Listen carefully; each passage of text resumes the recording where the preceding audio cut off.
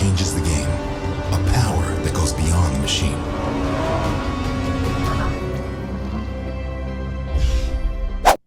Now, y'all know me. Y'all know I love me some Honda. I love me some Honda. Rusty Cray, yeah.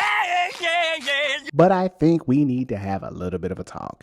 You see, the TLX is no longer in existence. For those of you who don't know, Acura only has the Integra as its only sedan offering. Now, as you guys have been keeping up, the Forgotten series has been really fun. I've really enjoyed it. And on the docket today, we're going to be discussing the TLX because the TLX has a very interesting study, right? Because on one hand, you would think it would have been super exciting at its debut back in 2015.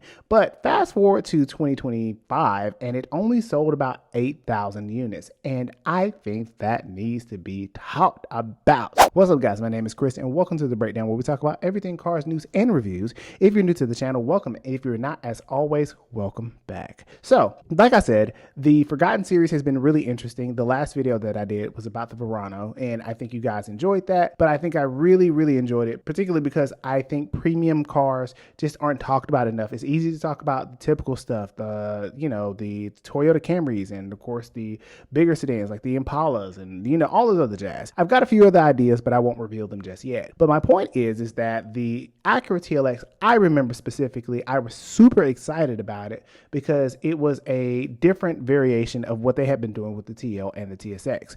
But it seems as though that the market didn't exactly appreciate that. And in today's video, we'll be talking about that. So if that's something of interest to you, stick around and stay tuned because you're now watching The Breakdown.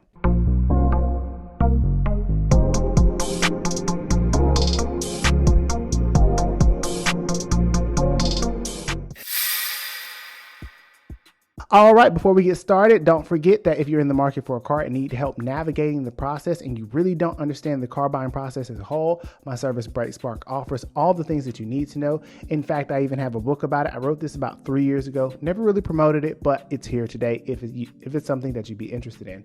If that's something you think you'd like to know more about, click on the link in the description below or links in the description below to get started today. So let's talk about the Acura TLX. Now, for all of you who are Acura fanboys, Honda fanboys, whatever, the TLX at one point or another was exciting. And the idea came back when the Japanese tsunami happened and the recession was going on. And Honda had to kind of reevaluate some things. So they came up with a new branding strategy, particularly for Acura. And the idea was that it was going to be man-machine synergy, which was supposed to be maximizing the amount of driver functionality with the least amount of machines. At least I think that's how they explained it. I don't know, it was a little confusing. But the brand strategy also represented a few concepts. And so what ended up happening was that Acura was really trying to revitalize themselves, especially after the travesty that a lot of people claim, which would be, we wasn't messing with the Big Bird. We wasn't. I mean, the Big Bird was all right, but we weren't messing with it. But 2014, Acura is really trying to figure out how they can reclaim their audience. So they had a huge hit, which was the MDX. The RDX had recently come out, which was one of the first times we had ever seen a turbocharged engine ever. And a lot of people really enjoyed that and it was super fun. But Acura really needed to hone back in on the sedans because that was their bread and butter for a very long time. I do have a theory that the Legend will probably never come back, and there's good reason, and I think I may do a video about that. But 2014, Acura lets us know that there is something in the pipeline for the sedans. Now, at this time, there is the TL and then there's the TSX. For those of you who don't know, there is a distinguishing moment between the two. The TSX was supposed to compete with the smaller compacts such as the BMW 3 Series, Mercedes C-Class, whereas the Acura TL was supposed to be for the more larger luxury vehicles.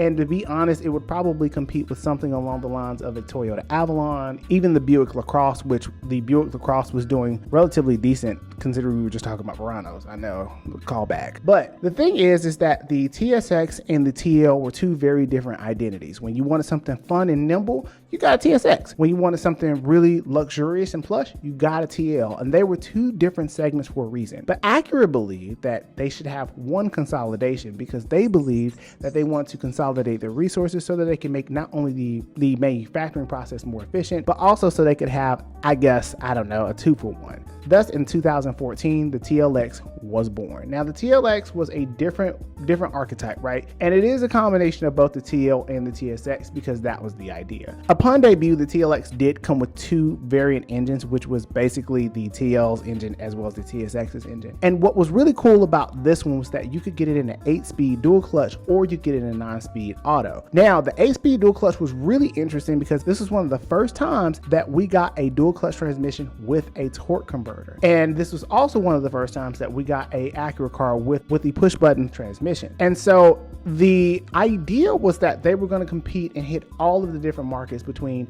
both the luxury compact as well as the luxury large vehicle. I don't know. But the idea was that you could have not only an affordable Acura, but also you could have a more premium level Acura. Now, being that all of those things sound great and dandy, the Acura TLX concept was probably more exciting because one of the things that it had was those gorgeous mirrors that I remember, especially when I had just started working for Honda at the time. And I was super excited. I loved the wheels that it came with. I was just excited. And that excitement came from knowing that Honda and Acura know how to make a fun, affordable sedan. So for the first generation, it did fantastic, selling about 45,000 units in its first year, or around 2014, 15, somewhere in there. And then you would also have the refresh, which the refresh was a different design lane, which was supposed to be more of their precision crafted performance. And that's when you begin to see more angular lines. You see more crisp lines as opposed to the softer, more, I don't know,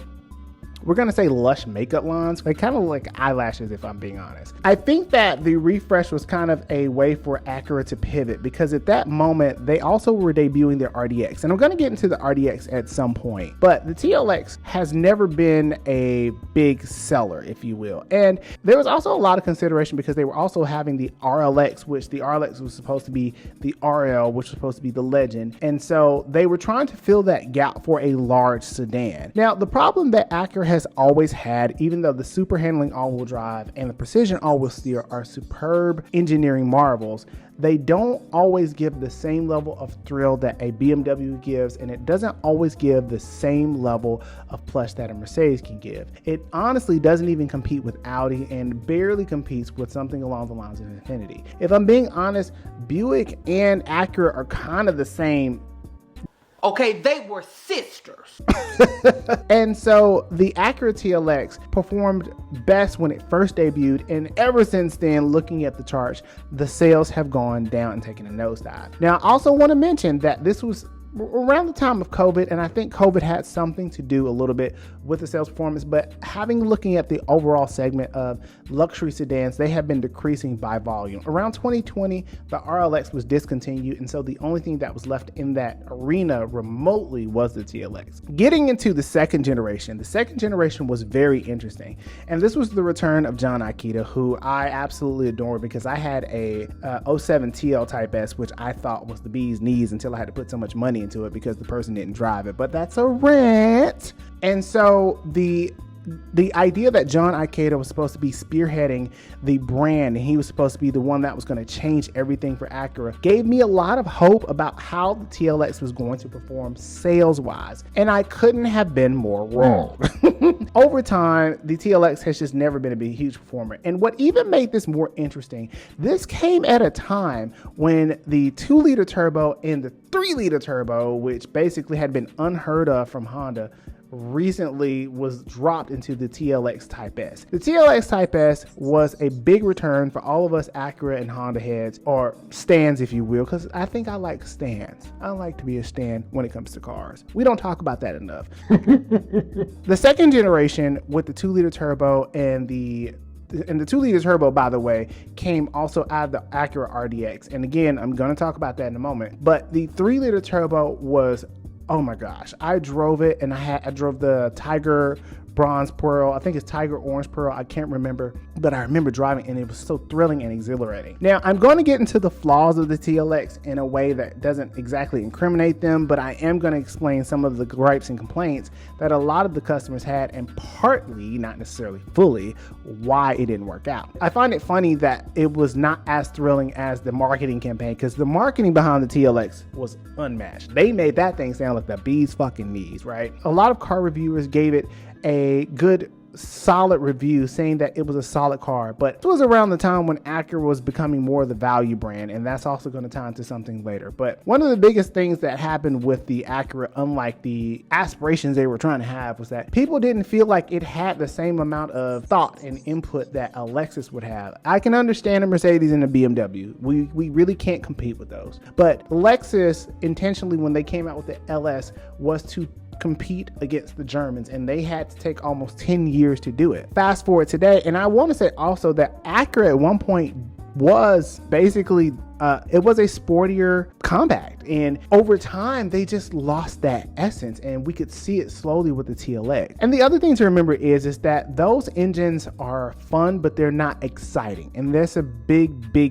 thing. The second generation was a lot more exciting, and one of the biggest complaints for the second generation was the fact that it did not have the greatest backseat. And the biggest point that I'm making about the TLX in general is that in addition to the shrinking segment for the luxury compacts, the biggest problem that it had is that it never had an identity. And I want to point this out, that as I was doing my research and as I was learning about this, I understood that the idea was to attack two different segments, which was to attack the larger segment for luxury sedans and to attack the more compact entry level. Now, Acura, for some point or another, especially with the ILX, which the ILX became the Integra, the TLX is in that segment that most people either want a relatively small car or they want a relatively big SUV.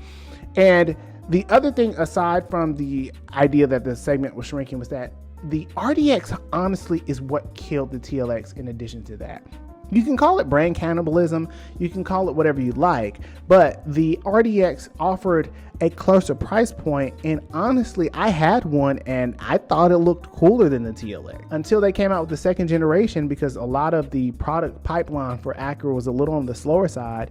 The RDX, when it dropped in 2019, I had to have it, and I had a black one with the A-Spec package with the red seats. You had to be there. But the thing that I think was lost on Acura was that they didn't really dive headfirst into performance, and that's understandable because everybody's not an enthusiast. But the fact of the matter remains is that there still was a ton of potential, and I do feel like at some point, which has been noted in many other publications, that the Acura TLX at some point became the Honda Accord Plus. And I do find that very ironic, because when Honda dropped the 2-liter turbo, we all looked at Acura and said, "You're up next, babe." And so now that's all we have, and we don't even have that anymore. Now, given that Honda as a whole has been moving towards electrification, I do find it interesting that they took the RSX nameplate and applied that and made it a crossover instead of making it either a electrified Integra or making it a new TLX. And I do think there was a space for the TLX, but I really do hate and mourn that the sedan segment has been slowly declining. I was already mourning about the coupe segment, and I hate that we tried to make SUV coupes, whatever the fuck that means. But I do think that there is something to be said that there was still room for people who wanted a luxury compact sedan. But the point that I'm making is that when you deviate from that, you also deviate from the enthusiast. And I have to vocalize this many times, that there is still space for the enthusiast, and it doesn't have to always be a big SUV. Brand cachet matters, and most people couldn't see themselves in a Acura over a Lexus, over a Mercedes, over a Bentley. At this point, we're getting a G-Wagon. So, because a lot of y'all be getting brand deals and shit. But the idea that people just don't want it is more so a value proposition. But the Acura TLX in general just never had the same level of premium feel and luxury feel. And honestly, that's because Honda has always cut corners when it came to Acura. But I say all that to say is that I do feel like there's still a place for the TLX. And if they were to bring it back today and market it well enough and give it enough packaging that would really hold well and enough value proposition, i.e. lower the price, a lot more people probably would buy it. But then you start touching into Integra territory, and then you have to wonder, would it be worth it for Acura to return the TLX? But you guys leave me a comment below. Let me know what you think. If you think that the TLX was undervalued or overrated, and I'll be interested to hear y'all's opinions. If you are still here with me, thank you for sticking around. And as always, if you'd like to help support the channel, don't forget to buy me a coffee. And until the next one, I will see you guys later.